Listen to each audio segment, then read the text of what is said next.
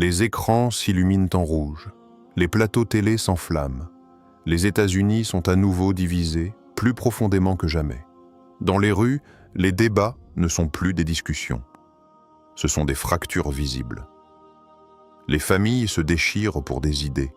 Les institutions vacillent sous le poids de la méfiance.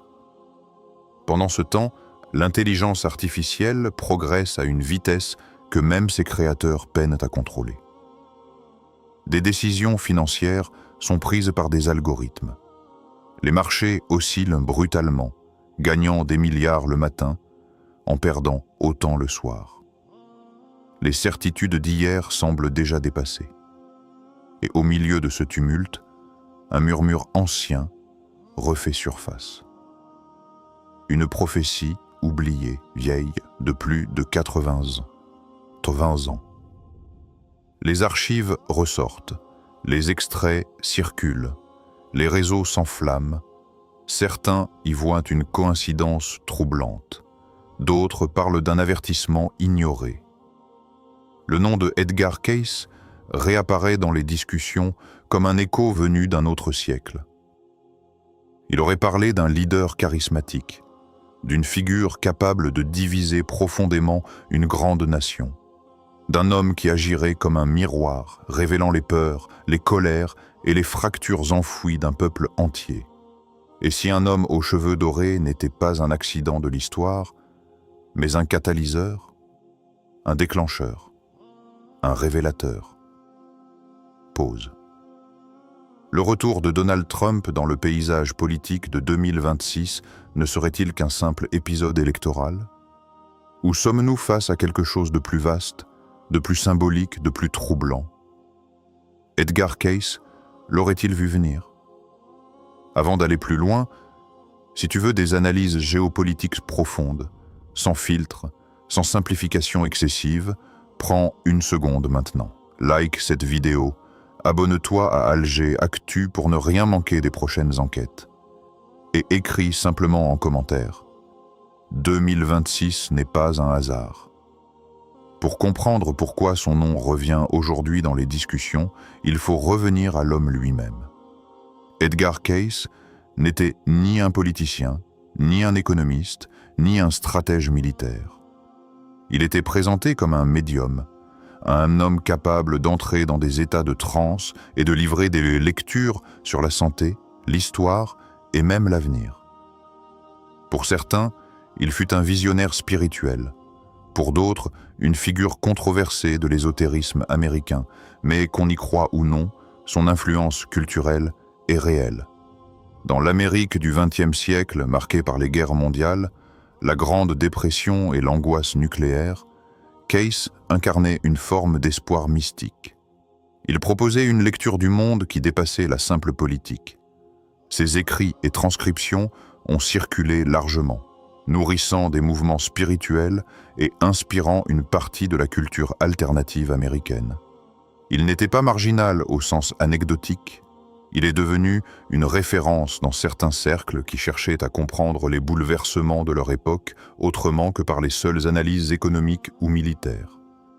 Mais ce qui intrigue aujourd'hui, ce n'est pas seulement le personnage, c'est sa manière d'interpréter l'histoire. Cayce ne décrivait pas l'avenir comme une suite d'événements figés. Il ne parlait pas de dates précises comme on annonce un calendrier électoral. Il évoquait des cycles, des périodes de tension suivies de réajustements, des phases où les sociétés accumulent des déséquilibres jusqu'à atteindre un point critique. Il ne parlait pas d'événements, il parlait de cycles, de crises nécessaires, de chocs qui forcent l'humanité à se regarder dans le miroir.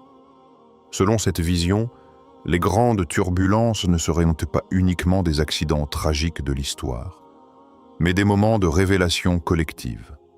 Lorsque les institutions deviennent rigides, lorsque les élites se déconnectent, lorsque la peur domine le débat public, la crise surgirait comme un mécanisme de correction, non pas comme une punition mystique, mais comme une conséquence logique d'un déséquilibre prolongé. Il évoquait l'idée d'une purification collective, un terme fort, souvent mal interprété. Il ne s'agissait pas nécessairement de destruction physique, mais d'effondrement de structures devenues obsolètes, des systèmes politiques, économiques ou sociaux qui, à force de protéger leurs propres intérêts, finissent par perdre la confiance du peuple. La crise devient alors un passage obligé, un moment inconfortable, parfois chaotique, mais porteur d'une transformation possible. Cette lecture cyclique de l'histoire trouve un écho particulier dans les périodes de polarisation extrême. Lorsque les discours deviennent irréconciliables, lorsque les réseaux sociaux amplifient les divisions, lorsque chaque camp se convainc que l'autre représente une menace existentielle, dans ces moments-là, la théorie des cycles paraît moins abstraite. Elle semble presque tangible. Aujourd'hui, alors que les tensions politiques s'intensifient, que les avancées technologiques redéfinissent le pouvoir et que les équilibres géopolitiques se déplacent, certains se demandent si nous ne sommes pas une fois encore à l'approche d'un point de bascule. Non pas parce qu'une prophétie l'aurait décrété, mais parce que les signes d'usure institutionnelle et de fatigue sociale sont visibles. Case observait son époque et y voyait un reflet des excès accumulés. Si l'on applique cette grille de lecture au présent, une question s'impose presque naturellement. Sommes-nous en train d'assister à un simple épisode politique ou à la manifestation d'un cycle plus profond qui arrive à son apogée? 2026 n'arrive pas dans le calme. Elle s'annonce dans le bruit. Les débats ne sont plus des désaccords, ce sont des lignes de fracture. Les plateaux télé deviennent des arènes. Les réseaux sociaux amplifient chaque déclaration, chaque rumeur, chaque erreur. La polarisation politique n'est plus un phénomène marginal. Elle structure désormais le paysage. Deux visions du monde s'affrontent, chacune persuadée de défendre la survie même de la nation. Dans ce climat électrique, le nom de Donald Trump agit comme un déclencheur instantané. Pour certains, il incarne la résistance face à un système qu'ils jugent corrompu. Pour d'autres, il symbolise une rupture dangereuse avec les normes établies. Mais au-delà des opinions, une réalité s'impose. Sa simple présence reconfigure le débat public. Il polarise, il concentre, il cristallise. Pendant ce temps, une autre révolution progresse en silence. L'intelligence artificielle s'intègre au rouage économique, militaire, médiatique. Des décisions stratégiques sont assistées, parfois prises, par des systèmes automatisés. Les emplois évoluent, certains disparaissent. Les campagnes politiques elles-mêmes sont influencées par des algorithmes capables d'analyser les émotions collectives en temps réel. La technologie n'est plus un outil neutre. Elle devient un acteur. Ajoute à cela les tensions géopolitiques persistantes. Les alliances se redessinent. Les puissances émergentes contestent l'ordre établi. Les conflits régionaux prennent une dimension mondiale à cause des interdépendances énergétiques et numériques. Une déclaration dans une capitale peut provoquer des secousses financières à l'autre bout du globe en quelques minutes. Et au cœur de cette turbulence, les institutions traditionnelles semblent fragilisées. La confiance diminue, les médias sont contestés, les systèmes judiciaires sont critiqués, les élections elles-mêmes deviennent des sujets de suspicion. Ce n'est pas seulement une bataille idéologique, c'est une crise de légitimité. Alors une question s'impose, presque dérangeante. Et si la division n'était pas le problème, mais le symptôme d'un système arrivé à saturation, le symptôme d'attentes populaires ignorées trop longtemps, le symptôme d'une transition technologique plus rapide que l'adaptation politique. Et si la fracture était nécessaire pour révéler quelque chose de plus profond, peut-être que la tension actuelle expose des contradictions longtemps dissimulées sous une stabilité apparente. Peut-être que la polarisation agit comme un révélateur chimique, mettant en lumière des déséquilibres invisibles en période de calme. Mais révéler ne signifie pas résoudre. 2026 pourrait n'être qu'une année électorale parmi d'autres, où elle pourrait marquer un point de bascule où les anciennes règles cessent de fonctionner, où les repères se redéfinissent, où les lignes idéologiques se durcissent avant, peut-être, de se transformer. La question reste suspendue. Est-ce une crise passagère ou le début d'une reconfiguration plus vaste dont nous ne percevons encore que les premiers signes? Ralentissons un instant. Au-delà des chiffres, des sondages et des analyses stratégiques, il existe une dimension plus subtile. Une dimension presque invisible, mais profondément réelle, celle du miroir collectif. L'idée qu'une figure publique ne se contente pas d'agir sur une nation, mais qu'elle révèle ce qui sommeille déjà en elle. Imagine une société qui projette ses peurs sur un homme. Certains voient en lui un sauveur, une force capable de briser un système qu'ils jugent injuste.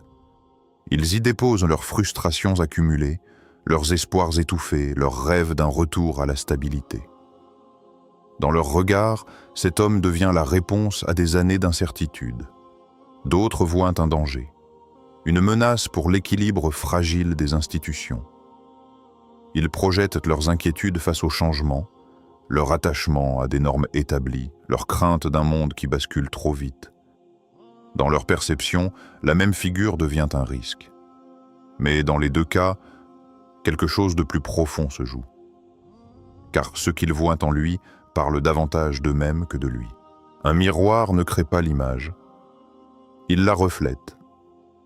Si une société est confiante, le miroir renvoie assurance et stabilité.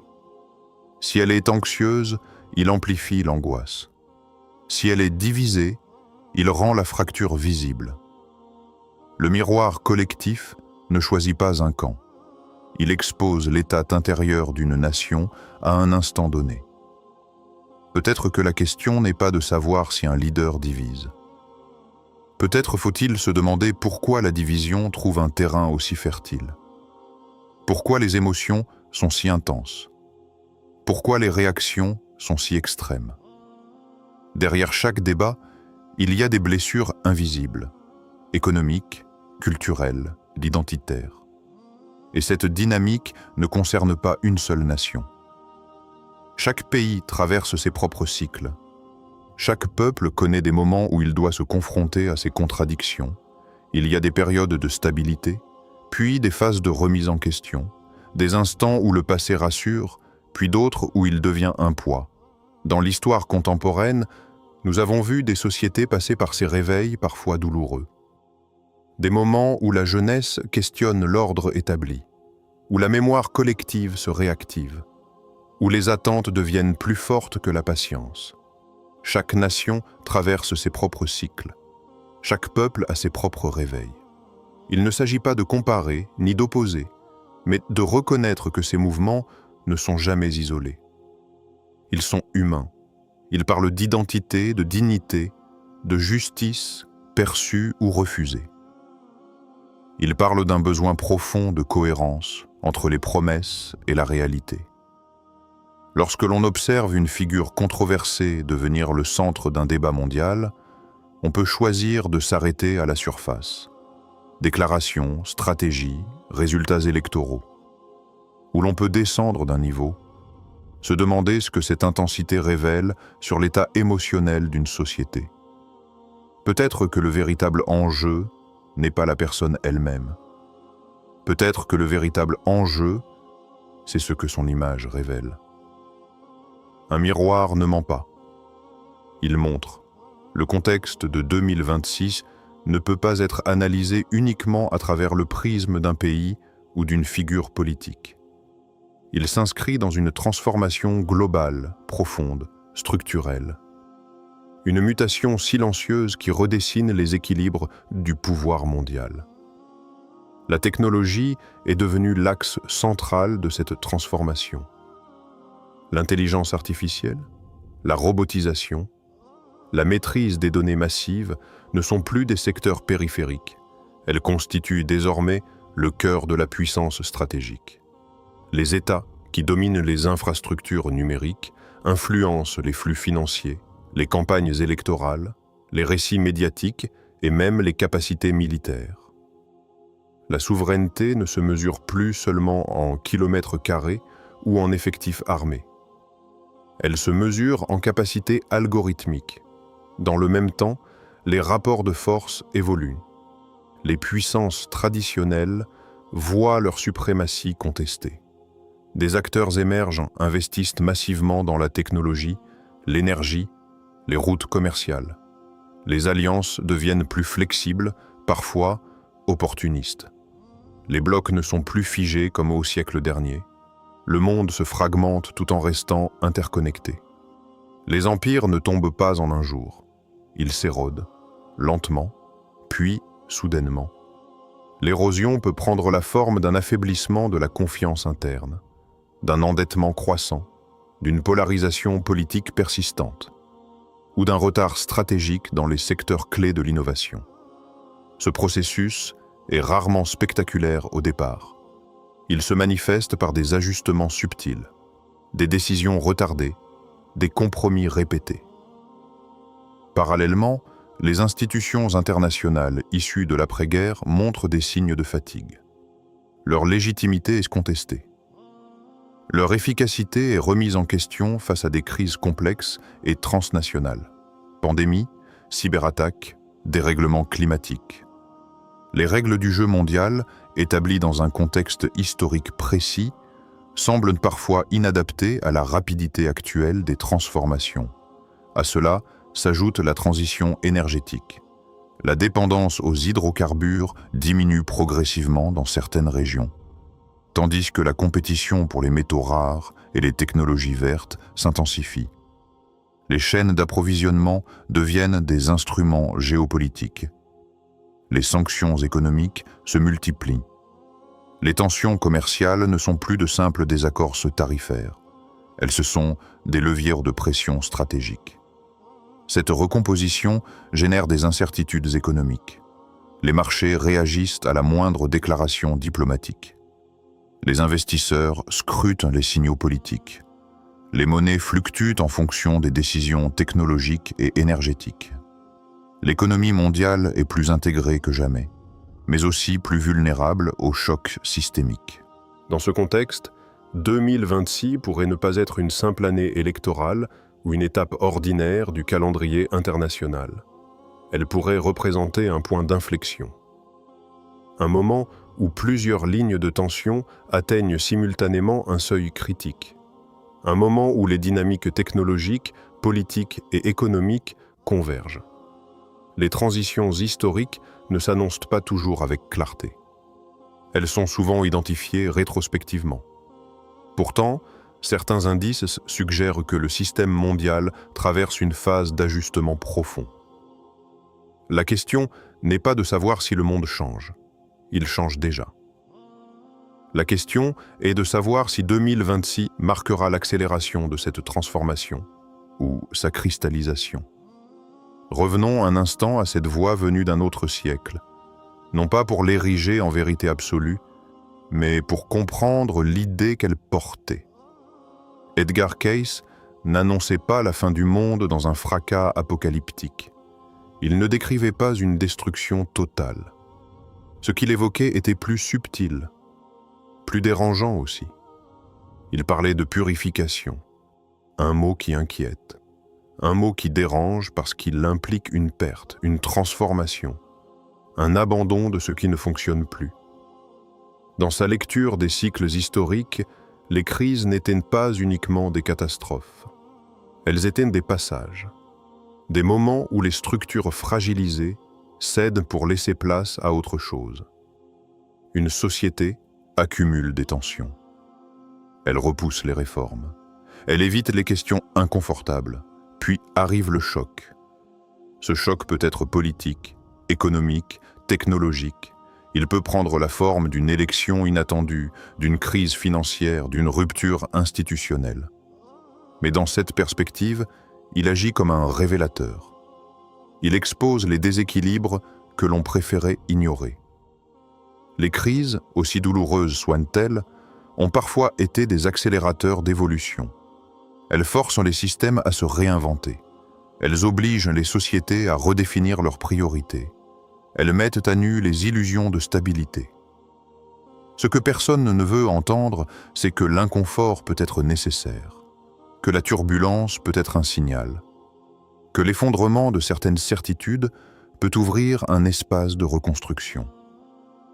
Dans ce cadre, la figure politique controversée n'est peut-être qu'un déclencheur, un symbole autour duquel se cristallisent des forces déjà présentes. Elle attire les tensions comme un aimant attire le métal. Mais l'aimant ne crée pas le métal. Il le révèle. Peut-être que le vrai danger n'est pas un homme. Peut-être que le vrai danger, c'est notre refus de changer. Refus d'admettre que certaines institutions doivent évoluer. Refus de reconnaître que les modèles économiques doivent s'adapter. Refus de voir que la technologie modifie irréversiblement nos sociétés. Lorsque le changement est bloqué trop longtemps, il finit par s'imposer avec plus de force. Le silence s'installe lorsque cette idée apparaît, car elle déplace la responsabilité. Elle nous éloigne de la tentation de désigner un seul coupable. Elle nous oblige à regarder le système dans son ensemble, et plus profondément encore, à nous regarder nous-mêmes. Si purification il y a, elle ne vise pas une personne. Elle vise des structures, des habitudes, des peurs collectives. Et c'est précisément cette possibilité qui dérange le plus.